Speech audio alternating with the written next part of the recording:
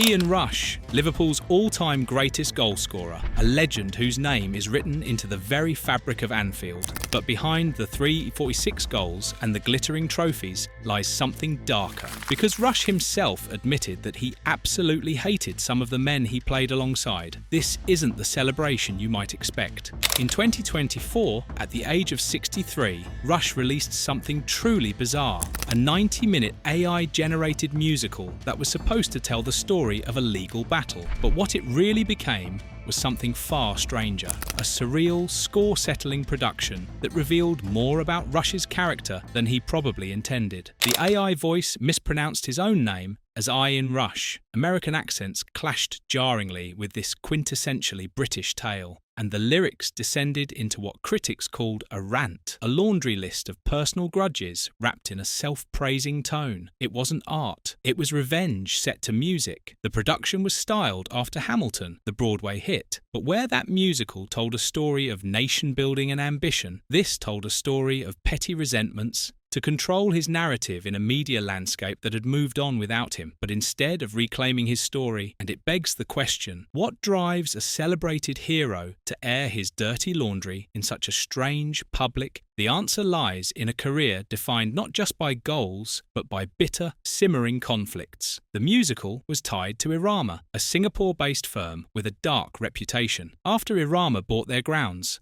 non-league clubs like Whiteleaf and Abingdon Town were forced to withdraw from their leagues, sparking outrage across grassroots football. Rush's role in this mess was murky. The company called him a real estate investor and partner, then simultaneously issued disclaimers claiming he played no part in the business and shouldn't be held responsible. Rush himself tweeted cryptically about having nothing to do with the dealings, then mentioned a police investigation and people facing consequences, clear as mud. The legal battle at the heart of the musical was a 4-year dispute between Rush, Irama, and former owners of Whiteleaf, and the musical's lyrics took the extraordinary step of naming senior lawyers and judges directly, what appeared to be a high-risk and unconventional legal strategy. It was a public attack on the UK legal system itself, accusing them of obstructing justice and denying Rush his day in court. But the heart of the musical, the real emotional wound, was aimed squarely at two Liverpool legends, Robbie Fowler and Jamie Carragher. According to the AI-voiced Rush, they were asked to provide video clips for an Irama-related cause, something to do with charity. With the kids, no scandal. But as the media turned on Irama over the non-league club controversies, Fowler and Carragher apparently vanished. No explanation, no conversation, and this is where Rush's bitterness truly poured out. The lyric that captured it all, the line that was mocked and quoted everywhere, went like this: "But they never called old Rushy back. No mate-to-mate hello, just vanished from the WhatsApp thread, like Gerrard missed a throw." It's petty, it's thin-skinned, and it transforms what should have been a business controversy into a story of personal betrayal. The lack of a simple phone call became, in Rush's eyes, a profound breach of loyalty. What makes this particularly baffling is Rush's otherwise positive relationship with Fowler. He'd appeared as a guest on the Robbie Fowler podcast, where he was spoken of as a mentor to the younger striker. They'd shared stories, laughed about the old days, and yet now, in this musical, Rush was publicly attacking him. But here's the thing, were Fowler and Carragher just making a smart business decision? Let us know what you think in the comments, and if you enjoy uncovering the stories behind the legends, make sure you subscribe to the channel. Rush seemed stuck in a different era, the 1980s dressing room, where you backed your mates no matter what. He couldn't grasp that Fowler and Carragher weren't attacking him personally. They were media figures now, with brands to protect. Association with Irama, with clubs folding and fans furious, would have been reputationally toxic. Their silence wasn't betrayal, it was professional risk management. But Rush, still operating by the old code, took it as a slap in the face. And then came the catastrophic PR fallout. The musical was premiered, not at the Cannes Film Festival as initially suggested, but at a rental property nearby. A comparison to the Four Seasons Total Landscaping press conference was immediate and brutal. On Reddit, The reaction was savage. Users called it hilarious, desperate stuff and so fucking bad. But the most disastrous decision of all was uploading the entire 90-minute musical to Vimeo under a Creative Commons public domain license. Whether intentional or not, Rush effectively surrendered all copyright. This mind-boggling scheme can now be endlessly copied, remixed and shared, immortalizing his misjudgment forever. This wasn't Rush's only meltdown. Rewind to November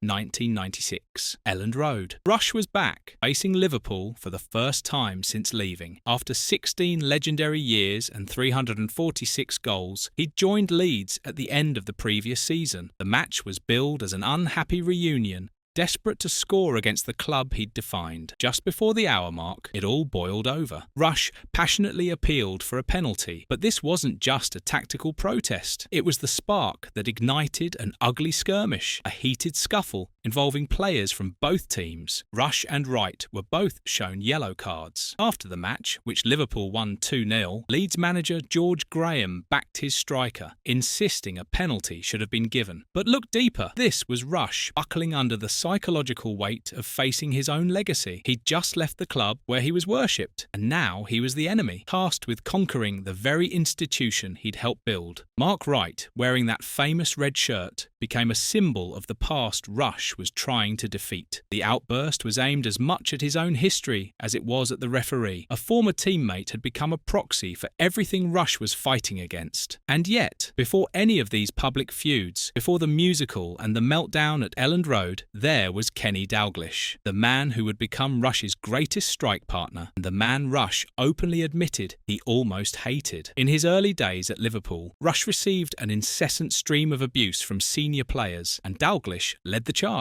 The hazing was relentless. They mocked everything: his car, his clothes, his hair. It was a brutal sink-or-swim environment, and Rush nearly drowned. By his own account, he almost sank under the pressure. But this wasn't personal hatred. It was Liverpool's boot room culture, a deliberate trial by fire designed to test the character of new arrivals. The abuse wasn't a flaw in the system. It was a feature. If you could survive the hazing, you proved you had the mental toughness to thrive at Anfield. The culture, established by Bill Shankly, prioritised mental toughness and collective identity above all else. Despite the friction off the pitch, Rush and Dalglish barely spoke socially. Yet on the field, their partnership worked straight away. It was telepathic. Rush had the pace. Dalglish had the football brain. Dalglish's vision was so extraordinary that he often didn't need to look up. He knew where Rush would be, playing passes into space with absolute certainty. The numbers tell the story. In 241 games together, they were involved in 49 joint goal participations. Between 1981, Dalglish provided the assist for at least 39 of Rush's goals. During the historic 1983-84 treble-winning season, Rush scored an astonishing 47 goals in all competitions, largely thanks to Dalglish's creative genius. Together, they won 5 league titles, 1 European Cup, 1 FA Cup, and 3 League Cups. And the evolution of their relationship is telling. The initial hatred, though personally difficult for Rush, ultimately forged a deep professional respect that blossomed into one of football's most devastating partnerships. In time, Rush became a senior player himself, perpetuating the culture that had shaped him, and in their post-playing careers, the dynamic transformed completely. Rush now says they're closer than ever, that they get along brilliantly now, much better than when they were playing together. The early friction wasn't genuine personal dislike. It was a product of a demanding professional environment. So what connects all of this? The hazing from Dalglish, the clash with Wright, the musical attacking Fowler and Carragher. It's all the same thread, a deep-seated desire for respect and an acute sensitivity to perceived slights. Rush's career has been defined by a fierce competitiveness and a refusal to be disrespected. The initial hatred for Dalglish came from a young player struggling to earn his place. The outburst at Wright was a visceral demand for respect on his emotionally fraught return. And the musical's lament over the lack of a mate-to-mate hello is a modern expression of the same wound. The AI musical isn't an aberration. It's the logical, if surreal, endpoint for a personality forged in the intense insular world of 1980s football, now struggling to navigate the complexities of 21st century media. The ghost in the machine isn't just the synthetic voice, it's the ghost of Rush's own relentless competitive past, still fighting old battles with new and bewildering weapons. Rush is a product of the pre-internet era, where a player's story was told through newspaper columns and television highlights. He's now resorted to a poorly executed digital tool to air his grievances in an era where such creations are destined for ridicule. But here's the final truth. While these feuds reveal a complex, sometimes difficult character, they were forged from the same relentless fire that made Ian Rush Liverpool's greatest ever goalscorer. Sensitivity, the fierce loyalty, the refusal to be disrespected. These weren't weaknesses, they were the fuel, the same personality traits that led him to almost hate Dalglish, to clash with Wright, and to release that bizarre musical are the traits that drove him to score 346 goals for Liverpool, and they secured his place in football history. Legendary? Yes. Complicated? Absolutely. But ultimately, unforgettable.